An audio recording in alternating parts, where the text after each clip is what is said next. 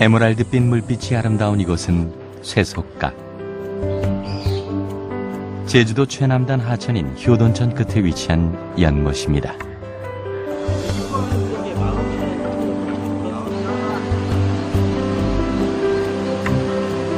아열대성 상목수림에 둘러싸인 기암절벽에서 세찬 옥수가 떨어지는 천지연 폭포.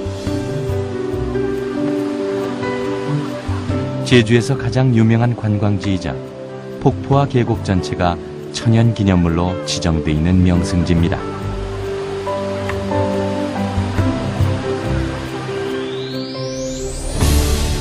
계곡을 따라 원시 상록수림이 펼쳐지고 쉴 새 없이 흐르는 맑은 물가에선 산새들이 지저귀는 안덕계곡 창고천. 이곳 역시 제주의 천연기념물입니다. 그런데 이곳의 물속엔 사람들에 의해 방류된 미생물이 살고 있다는 공통점이 있는데요. 바로 이 미생물이 오염된 하천을 살리고 바다를 더 건강하게 만들면서 제주도는 지금 미생물의 매력에 빠져 있습니다. 서귀포시의 해변가를 달려온 작은 트럭이 길가에 멈춰 섰습니다. 그러더니 트럭에 싣고 온 양동이 2개를 숲속으로 옮기는데요. 절벽 위에 놓여있는 이 커다란 통을 찾아온 것입니다. 통 옆에 붙은 안내문에 설명되어 있는 것처럼 사람들이 가져온 양동이에 든 것은 친환경 미생물 발효액을 만들기 위한 재료. 끈적거리는 이 액체는 당밀입니다. 당밀은 설탕을 제조할 때 생기는 부산물인데 미생물에겐 좋은 먹잇감입니다. 이 캐러밀빛 액체가 미생물 원균입니다. 눈에 보이진 않지만 80여 종이 넘는 미생물이 공생하고 있다는데요. 이 통 속에서 미생물은 먹잇감인 당밀을 먹으면서 발효되고 부패와 오염을 억제하는 그들만의 생태계를 만듭니다. 한 달 지난 후 완전 발효가 되면 방류 탱크에 연결된 호스를 통해서 절벽 아래 물속으로 미생물 발효액이 방류가 됩니다. 방류된 미생물은 물속에서 환경 교란 물질을 정화시키면서 물의 자정 능력을 회복시켜주는 역할을 합니다. 이 미생물 발효액이 흘러드는 물길은 쇠속각. 2008년부터 이 아름다운 에메랄드 물빛을 지키기 위해 시작됐습니다.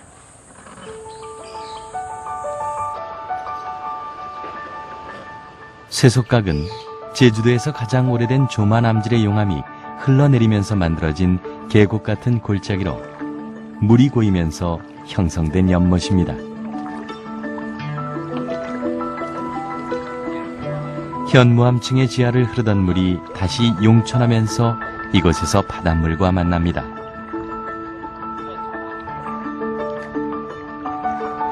덕분에 관광객들은 투명 카약 아래로 지나가는 바다 물고기까지 볼 수 있는데요. 미생물을 방류하면서부터 가능해진 일이라고 합니다.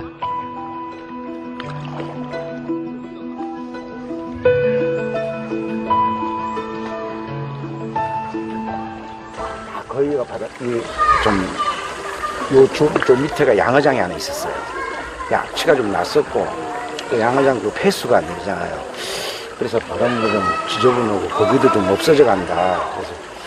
그러면 이해미 생활하수, 그것도 좀 정화도 하고, 악취 제거도 하고, 아까 말씀하셨죠.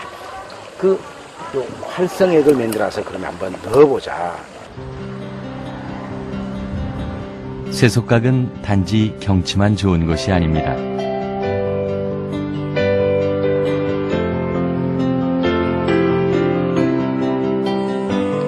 (2003년) 유네스코 생물권 보존지역에 지정될 만큼 생태적 학술 가치도 높은 곳입니다. 제주에서 드물게 민물과 바닷물이 만나는 곳이기 때문인데요. 바다 생물인 따개비가 자라고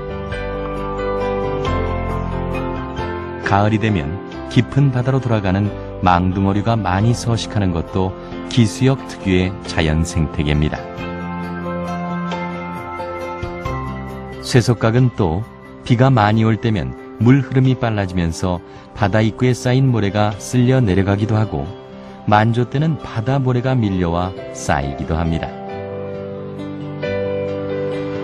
그래서 쇠속각의 수질 오염은 곧 바다 오염과도 직결됩니다. 효돈동 주민들이 쇠속각 해변에도 미생물 방류 탱크를 설치한 것도 같은 이유에서인데요. 눈에 보이지 않는 미생물이 오염이 진행되던 쇠속각을 되살려냈듯 바다에도 좋은 영향을 미치길 기대하는 것이죠. 제주에서 쇠속각처럼 사철 많은 물을 볼 수 있는 곳은 흔치 않습니다. 화산섬이라는 지형 지질 때문이죠. 쇠속각도 현무암 지하를 흐르던 물이 분출해서 바닷물과 만나 이룬 연못입니다. 실제로 한라산을 중심으로 방사상 수계를 이루고 있는 제주도의 하천은 대부분 마른 하천입니다. 그래서 오염물질의 유입으로 인한 수질 오염 가능성이 높습니다. 장고천이 심각한 오염 위기에 빠졌던 것도 같은 이유에서였습니다. 원시림의 기운을 느낄 수 있는 안덕 계곡을 따라서 상류로 올라가면 굉장히 자연적인 게 그대로 남아 있습니다. 장고천의 발원지와 만날 수 있습니다. 장고천은 애월읍 삼형제오름 일대에 드넓게 펼쳐진 고산스본의 발원지입니다. 20여 년 전만 해도 일대의 주민들이 이 물을 이용해서 논농사를 지을 만큼 수량이 풍부한 곳이죠. 제주에선 보기 드문 하천인 셈입니다. 장고천의 맑은 물은 안반으로 이뤄진 매끄러운 계곡의 바닥을 따라 흐르는데 비가 많이 내린 후에는 물이 불어서 더 장관을 이룹니다.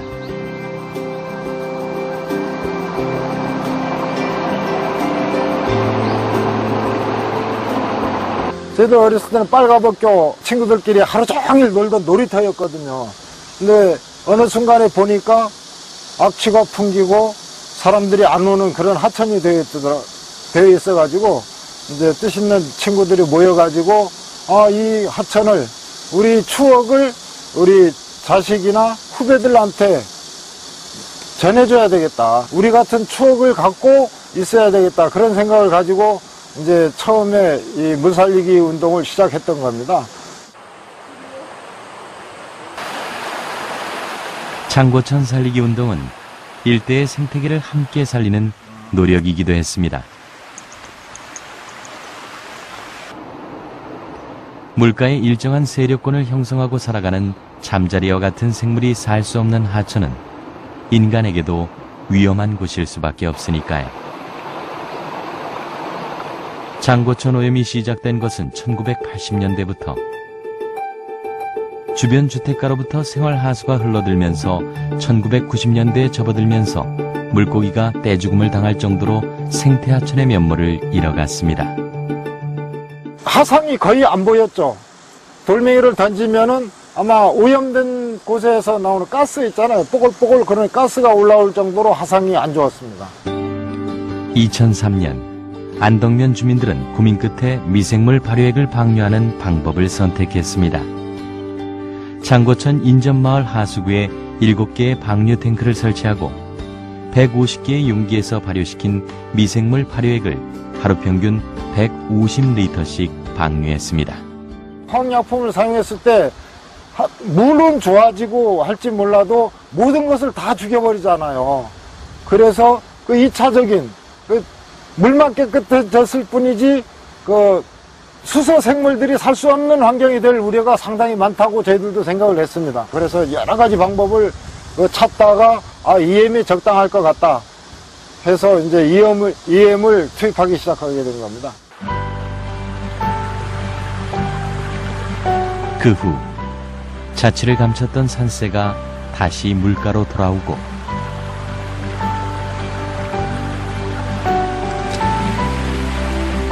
계곡물도 제빛을 찾기 시작한 것은 미생물 발효액을 방류하기 시작한 지 불과 2년 후부터. 안덕면 주민들의 생각이 적중한 것인데요. 그렇다면 안덕면 주민들이 물속에 방류한 미생물은 어떤 것이었을까요? 전자현미경으로 100배 확대했을 때 볼 수 있는 이것이 바로 그 미생물입니다. 여러 가지 모양의 미생물이 잔뜩 엉켜있는 게 보이시죠? 그래서 이 녀석들의 이름도 EM입니다. 수십 종의 발효 미생물을 조합한 유용 미생물이란 뜻인데요. EM의 핵심 미생물은 유산균을 포함한 4가지를 꼽을 수 있습니다. 유산균은 강력한 살균 작용을 하죠. 효모는 비타민류의 생리활성 물질을 만들어내면서 식물의 뿌리나 줄기의 성장을 촉진시키는 역할을 합니다. 젓갈을 썩지 않고 발효시켜주는 광합성 세균도 EM의 핵심 미생물입니다. 광합성 세균은 이산화탄소와 수소를 흡수해서 산소를 만들어내는데 악취 유발 물질인 황산화가스나 암모니아를 먹이로 하죠.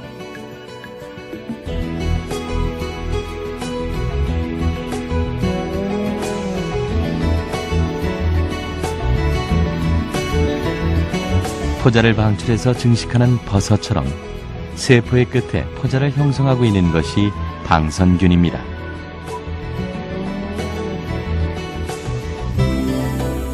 이 역시 EM의 핵심 미생물 중 하나인데요.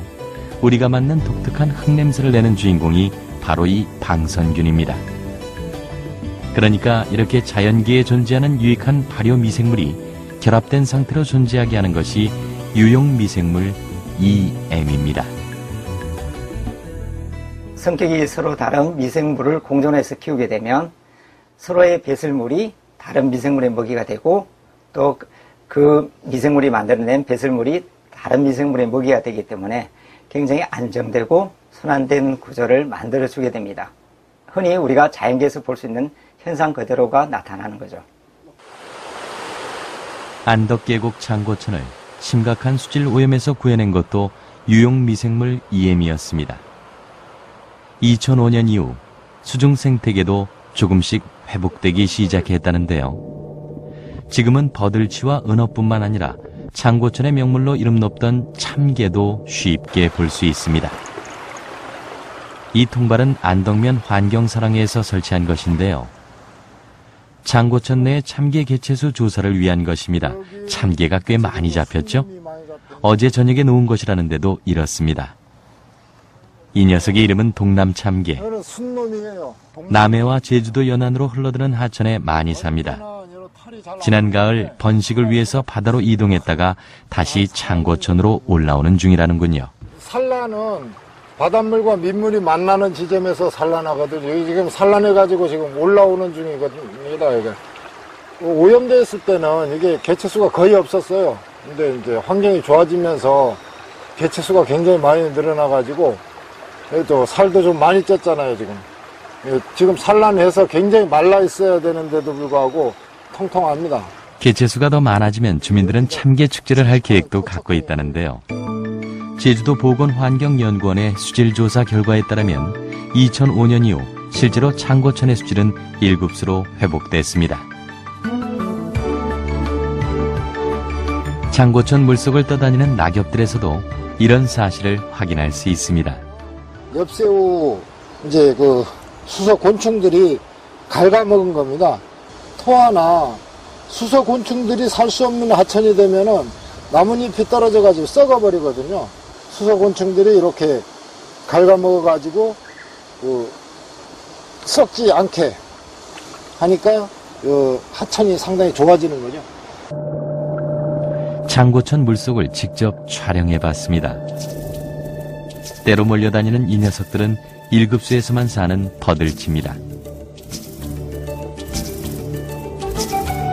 바위에부터 열심히 옆으로 기어가는 이 녀석들은 엽새우입니다. 낙엽 같은 물속 퇴적물을 먹고 살아서 엽새우라고 불린다는데요.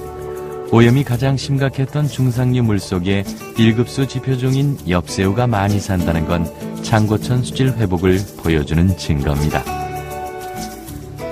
창고천이 오염에서 벗어났다는 사실은 물가에서도 쉽게 확인할 수 있었습니다. 약간 까만색도 있고 약간 노란색도 있고 그렇습니다. 이 녀석의 이름은 플라나리아. 수온이 낮고 깨끗한 물에 사는데 환경 변화에 아주 민감한 녀석입니다. 육식성인 플라나리아가 다가오자 놀란 듯 뒷걸음질 치는 녀석은 잠자리 유충. 플라나리아가 좋아하는 먹잇감입니다. 날돌에도 유기물을 걸러내 물을 맑게 해줍니다.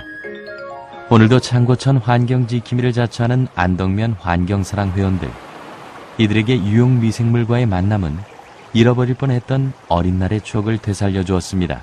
미생물 하나만이 모든 것을 다 해결하는 것이 아니고 미생물이 일정 부분을 해주니까 그 미생물의 상위에 있는 어떤 그 곤충이라든가 뭐 조류나 이런 것들이 좋아지게 만들고, 하나가 좋아지면은 부차적으로 늘어나는 것은 우리가 보고 느끼는 것 이상의 많은 것들이 관여해서 좋아진다고 생각을 하거든요. 특히나 그 제일 중요한 것은 지역 주민들이 관심이 높아져 가지고 살렸다고 볼 수가 있겠죠.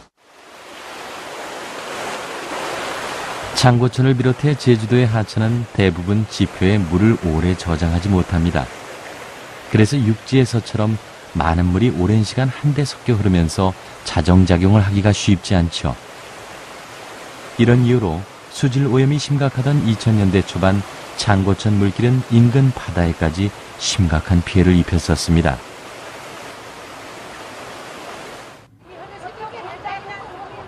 여기는 창고천 하구의 바닷가.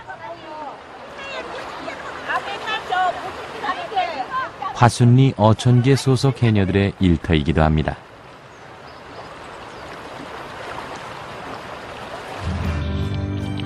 바닷속에서 제주 해녀들의 일감은 늘 달라집니다. 7월 말 해녀들이 딸 수 있는 건 성게입니다. 성게는 제주도 연안 바닷속에서 가장 흔하게 발견되는 바다동물로 8월까지가 제철이죠.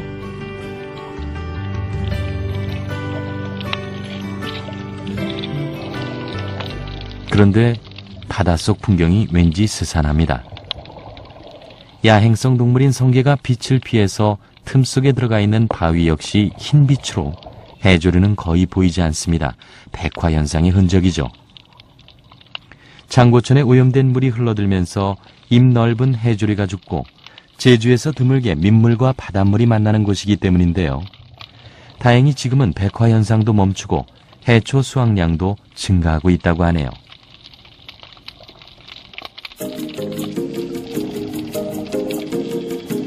그렇다면 창고천 하구의 바닷가에서 멀리 떨어진 제주의 건강한 바닷속 풍경은 어떨까요? 한눈에 보기에도 좀 더 풍요로워 보이죠?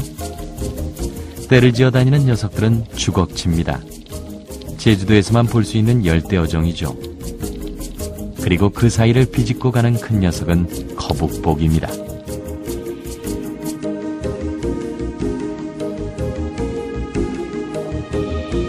아, 수지맨드라미도 보이네요. 이 녀석은 솔배 감팽입니다. 생긴 것처럼 수중 생태계의 건강을 위협하는 무서운 녀석이죠. 가시처럼 생긴 등지느러미에 독샘이 있는데 이것 때문에 대서양에서는 상어도 이 녀석을 잡아먹지 않아서 어린 물고기가 떼죽음을 당하는 문제로 고민이라네요. 아열대성 생물인 호리병 말미잘이 여기까지 퍼져 있네요. 호리병 말미잘은 감태나 미역 같은 해조류와 자리 경쟁을 벌이면서 최근 제주 바다에 급속도로 번지고 있습니다. 많은 바다 생물의 먹이로 수중 생태계에서 중요한 역할을 하는 해조류가 줄어드는 원인 중에 하나지요. 이렇게 제주 바다는 최근 들어 이름도 생소한 아열대성 생물들로 위협받고 있습니다. 기후 온난화로 인한 수온 상승이 변화의 가장 큰 이유일 수 있지만 여기에 수질 오염까지 더해진다면 이 바다의 건강한 생태계는 더 쉽게 무너져 내릴지 모릅니다.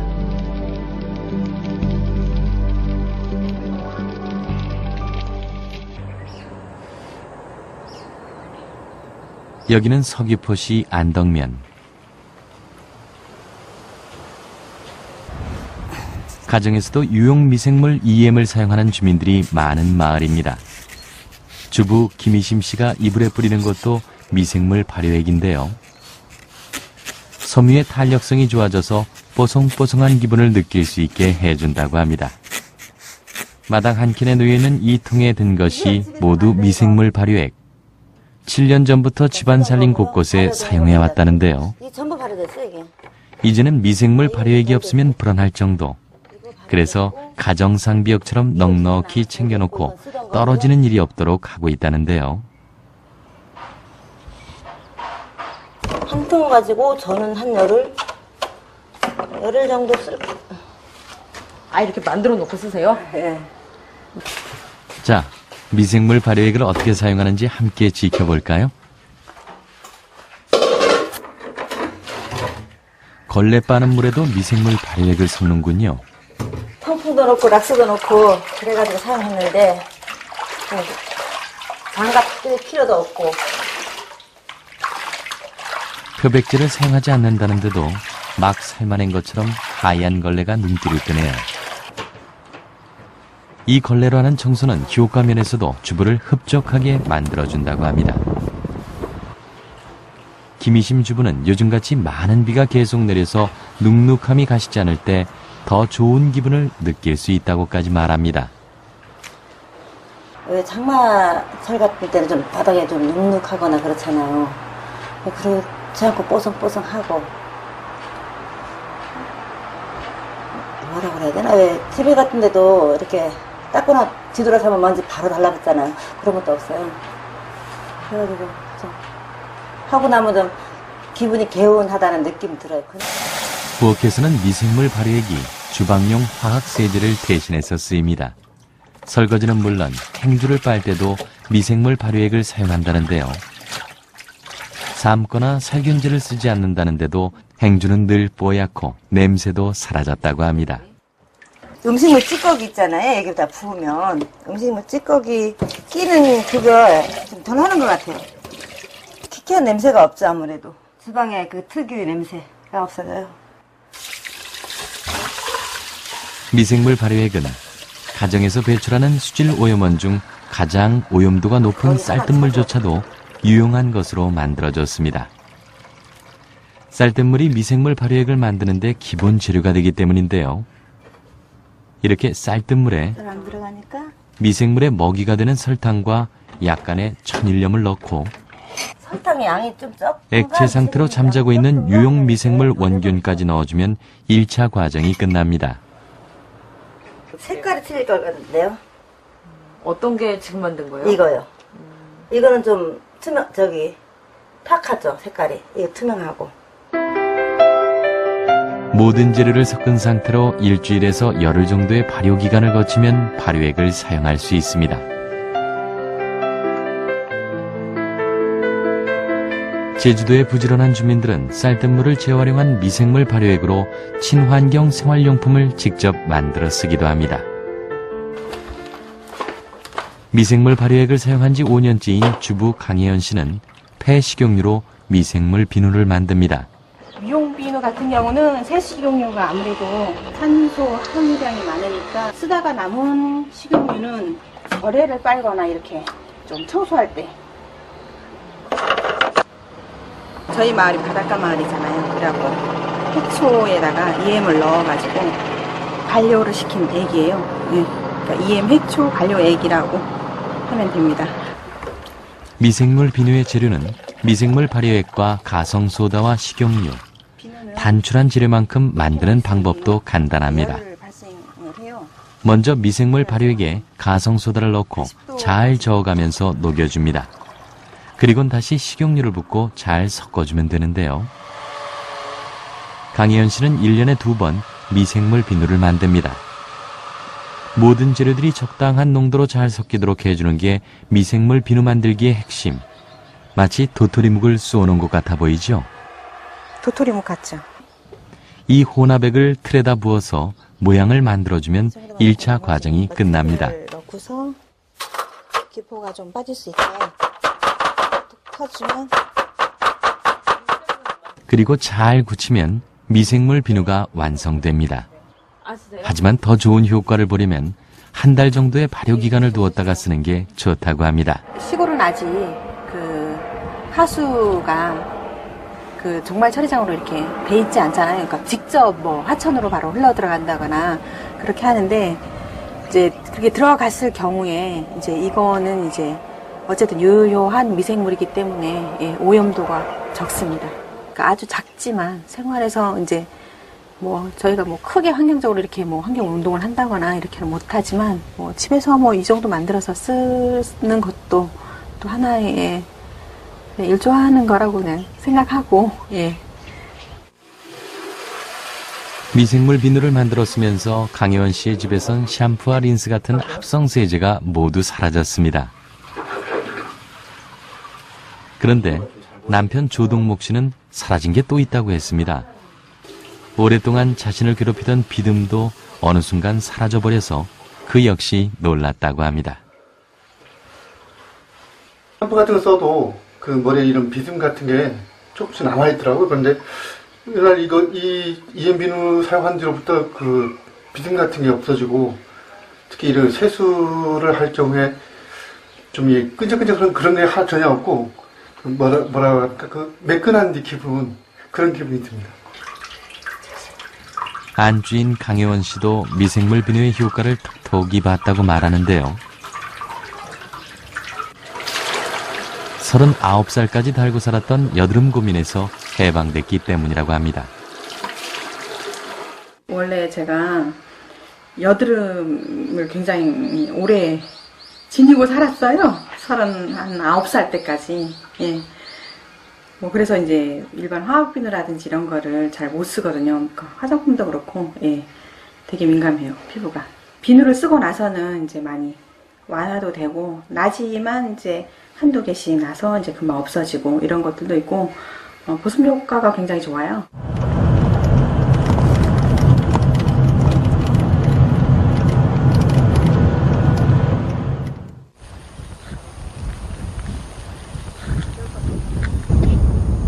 한라산 중턱의 말농장. 45두의 말을 키우는 이 농장에서도 미생물은 중요하게 사용됩니다. 말에게 중요한 말굽의 질병과 부상 방지를 위해서 마사를 정리정돈할 때도 쓰고 파리와 같은 곤충의 접근을 막는 재료로도 쓰인다고 하는데요. 자, 그렇다면 얼른 마사로 들어가 볼까요? 이른 아침부터 시작되는 마방 관리는 말농장에서 가장 중요한 일과입니다. 밤새 더럽혀진 마방의 깔집을 치우고 새로 깔아주는 일로 시작되는데요.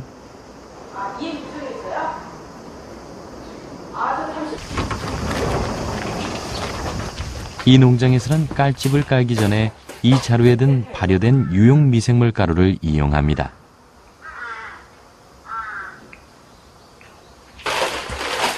이 농장에서는 2001년부터 사용하고 있다는데요. 쌀겨에 미생물 발효액을 섞어서 만든 것입니다. 깔집을 제거한 마방에 빈틈이 없도록 잘 깔아줍니다.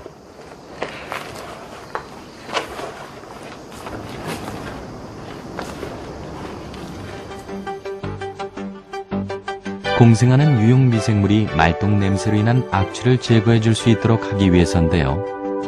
냄새 유발 물질인 암모니아나 황화수소를 먹이로 하는 광합성 세균이 큰 힘을 발휘합니다.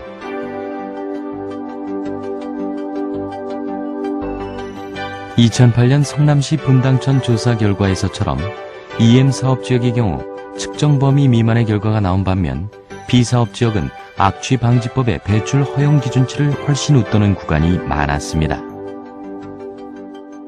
광합성 세균은 정말 악취를 만들어내는 황산가스라든지 암모니아를 수십억 년 전부터 먹이로 사용했던 미생물입니다. 그렇지만 이 광합성 세균은 단독적으로 키웠을 때는 현미성 상태를 좋아하기 때문에 잘 자라지가 않는 단점이 있습니다. 그래서 그런 것들을 보완해주기 위해서 다른 효모랄지 유산균을 같이 공존 배양해 줌으로 해서 이 광합성 세균도 잘 번식을 할 수 있고. 이 농장에서도 깔집을 깔기 전에 발효 미생물 가루를 뿌려준 후부터는 마방 특유의 악취가 줄었다고 합니다. 그리고 마방벽을 새까맣게 덮던 파리도 이제는 거의 찾아볼 수 없게 되고요. 벽에 파리가 엄청 많고 생활하는데 불편할 정도로 파리가 있었어요. 아무래도 냄새도 그렇고 주변 환경이 일단은 똥 있잖아요. 말, 분. 네. 단계를 하나 없애주는 거지. 그러니까 파리가 알을 싸서 부화하고 더 많이 생기고 그런 과정을 EM이 그러니까 그걸 하면서 이제 부화를 못하게 되는 역할을 하는 것 같았어요.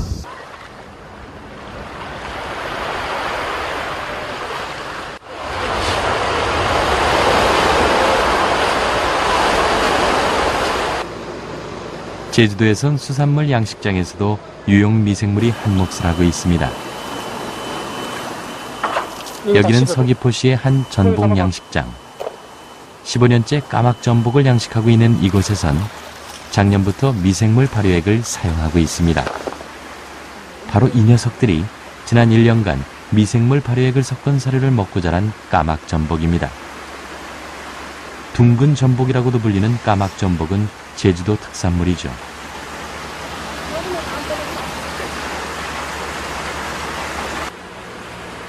전복의 먹이를 만들고 있는데요. 바실러스 소화제, 유용 미생물 종류입니다. 영양제와 소화제를 바닷물에 잘 녹여준 후 사료와 섞어줍니다.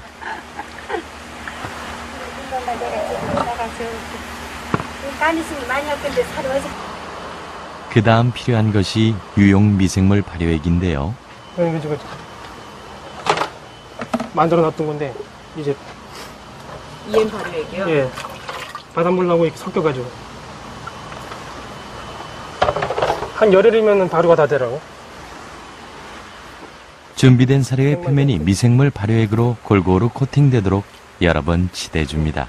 이 안 쓰는 데가 없습니다. 이제 양청에도 이거.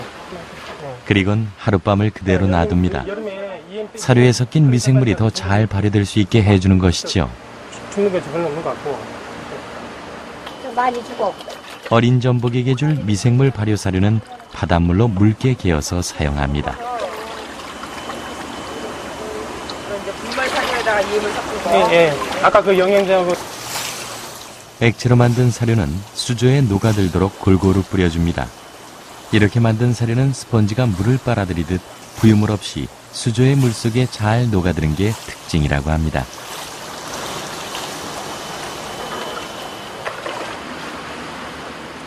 또 양식장 특유의 비린내도 사라졌다고 하는데요. 4일에 한 번씩 청소를 해주는데도 수조가 쉽게 더러워지지 않는 것도 미생물 발효 사료를 사용하면서 나타난 변화라고 합니다. 썩는 게 없어버리니까 이렇게 청소하면 막 썩은 것 같더니 그런 게 별로 사라졌더라고. 막 모래 들어오면, 모래 같은 게 들어오면 막 오래 놔두면 막 썩어버리던데 썩는 게 별로 없더라고. EM 사용하니까. 예, 예. 수질도 환경이 또 깨끗해지는 거 같고, 수조가 깨끗해지는 거 같고, 또 막 냄새 같은 거 뭐 이런 비린내 보면 뭐 냄새가 나잖아요. 그런 냄새가 안 나.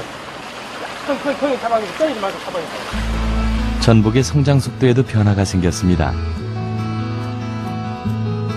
3년생 전복부터는 미생물 발효사료 대신 미생물 발효액으로 소금기를 뺀 미역을 먹이로 주는데요. 질병 없이 전복이 더 빨리, 더 잘 자라는 걸 느낄 수 있다고 합니다.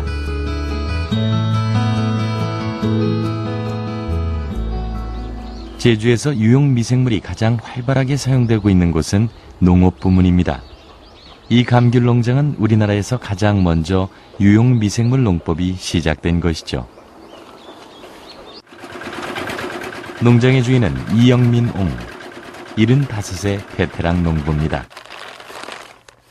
이영민 옹의 감귤 농장에선 모든 비료가 미생물 발효액을 이용해서 만들어집니다. 화학비료를 줘버리면은 땅이 산나대에서 땅이 죽어버리거든. 그러니까 이런 발효된 거, 이 고소한 냄새가 나는 쪽이 거름을 줘야 미생물 쪽이거든요. 그러니까 땅이 오히려 더 좋아지고 잘 살아나고.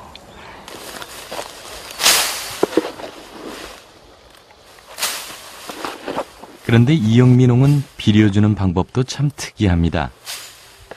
뿌리가 영양분을 쉽게 빨아들일 수 있도록 흙 속에 묻어주는 게 아니라 풀 위에 그냥 뿌려주고 맙니다. 이대로 비라도 내리면 그냥 씻겨 내려가 버릴지도 모르는데요. 하지만 이 감귤 농장에선 베어내지 않는 풀도 걸음의 일부라고 합니다. 풀이 이렇게 자라면은 누가 봐도 이건 아니라고 그러거든. 그럼 풀이 먹어버리지 않느냐. 그러면 이제 얘가 뭐라고 해. 내가 죽으면은 먹은 것보단 몇 급이 걸음을 만들어줄게. 뭐 걸음 만들어줄 거거든. 그래서 초생재배를 해도요. 이 나무들 보세요. 참 좋아요. 나무마다 실하게 열리고 당도도 아주 높은 감귤 열매가 나무의 건강함을 보여주는 증거일 겁니다. 이영민홍은 농약과 비료를 안 쓰는 것이 유기농법의 전부는 아니라고 말합니다. 그래서 미생물 농법에도 관심을 갖게 됐다고 하죠. 80년도부터 유기재배를 밀감을 했거든요. 그 10년 하니까 나무가 다 죽었어. 이대로 가면 끝났다 해서 찾는 게 일본의 EM이라는 정보를 접한 거예요. 그게 91년도예요. 그래서 일본에 건너가서 그 미생물에 대한 책을 사가지고 들어와서 공부한 게 오늘의 EM을 가르치게 된 동기예요. 이영민홍은 오랜 경험과 연구를 통해서 국내의 농업용 농자재를 중심으로 한 여러 가지 미생물 거름을 만드는 방법도 개발했습니다.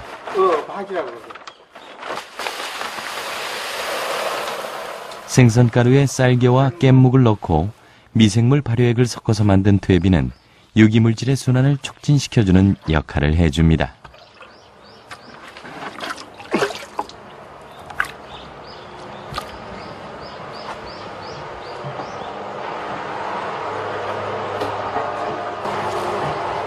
그래서 유용 미생물에 의한 발효 퇴비는 과거에는 이용하지 못했던 인과 같은 성분을 좀 더 편하게 사용할 수 있게 만들어줬습니다.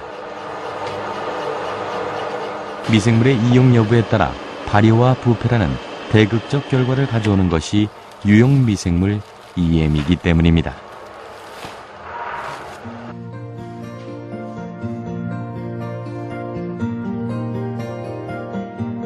이영민홍의 감귤 농장에서는 늘 구수한 흙냄새를 맡을 수 있는 것도 미생물 덕분입니다.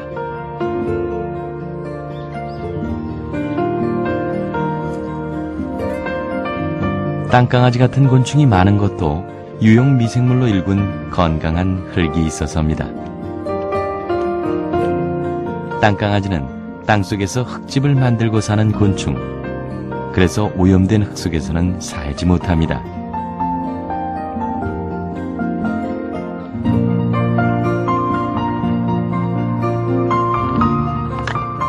이영민홍에겐 그의 농장에서 많은 지렁이를 볼 수 있는 것도 큰 자랑거리입니다.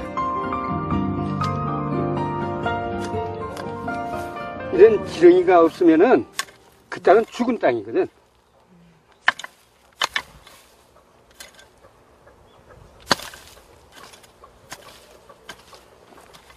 지렁이는 흙 속의 유기물을 먹고 그 배설물로 집을 만듭니다. 이거는 무수히 구멍이 뚫려 있잖아. 지렁이가 계속 다니면 길이. 예. 그러니까 이 땅을 갈아버리면 못 써. 그러니까 이 덩어리 진흙도 지렁이의 배설물로 만들어진 집의 일부. 그래서 지렁이가 많은 땅에는 영양이 많다고 합니다. 땅을 풀뿌리가 갈아주고 지렁이가 갈아주고 미생물이 갈아주고 그러니까 초생재배, 무경재배 그런 거예요. 그 위에 이제 우리가 이 나무가 혹은 작물이 먹을 수 있는 영양을 조금만 보태주면은 그걸 미생물이 먹고 식물에게 공급해 주는 거예요. 이 미생물 농법은 작물의 건강뿐 아니라 농부의 건강도 지켜준다고 말합니다. 농약 오염 사고 위험이 없을 뿐더러 이게 우리 농장의 경우에는 농약이 아니기 때문에 방제복이 필요 없어. 방제복이 전혀 마스크를 하거나 뭐 할 필요도 전혀 없어. 하천과 바다가 오염될 위험도 없기 때문이랍니다. 농업하고 환경이라는 것은 똑같이 가요. 농업에서 농약을 쓰면, 비료를 쓰면 어디로 가느냐? 바다로 가요. 가정생활에서도 쓰다가 버린 것은 바다로 가요. 오물이 바다에 가야 바다가 죽어버리거든요. 그러니까 바다로 흘러가는 쪽은 전부 EM을 흘려보내서 이 바다를 살리자, 즉 지구를 살리자 하는 게 우리가 하고 있는 환경운동이나 유기농업이나 사실은 운동이에요. 지구를 살리기 위한 운동 차원이에요. 이영민홍의 농장에서는 앞으로도 오랫동안 지구를 살리는 농사가 계속될 겁니다.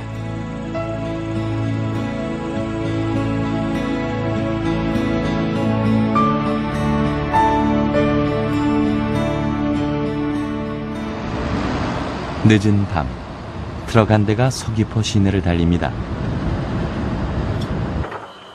트럭이 도착한 곳은 음식물 자원화 사업장. 유용 미생물로 창고천을 살린 안덕면 환경사랑 회원들이 운영하는 곳이죠. 이곳에선 음식 쓰레기가 유용 미생물과 만나서 흙을 살리는 퇴비로 만들어집니다. 쓰레기로 전락했던 음식물을 잘게 부수어 톱밥을 섞어 물기를 제거하면서 수분이 적당히 남도록 조절합니다. 그리고 유용 미생물 발효액을 섞어주죠. 음식물을 일단 그냥 쓰레기로 버리면 아까 모든 환경에 오염되지만 일단은 우리가 음식물을 이용한 우리가 퇴비로 써가지고 좋은 이제 농산물을 생산할 수 있고 이런 데서 예산적인 절감도 되고. 미생물을 이용한 음식물 퇴비는 이 상태에서 자루에 담아 발효 과정을 거칩니다. 산소가 차단된 상태에서 유용 미생물이 활성화되게 해주려는 건데요. 발효 과정에서 영양분이 휘발되는 것도 막아준다고 합니다. 600도씨에서 이게 완전히 발효가 되거든요. 총. 그러면 요즘 온도가 보통 28도 정도 되니까 계산해 보려면 한 달이면 충분하다는 얘기지. 이 음식물 발효 퇴비는 쓰레기로 버려진 음식물을 미생물과 함께 본래의 고향 흙으로 돌아가게 합니다. 보이지 않게 이 세계를 조절하는 힘을 지닌 미생물과의 만남.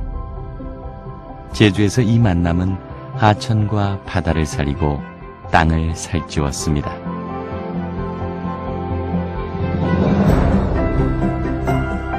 제주 사람들에겐 미생물이 가지는 생명의 가치와 창조력의 힘을 믿게 해줬고요.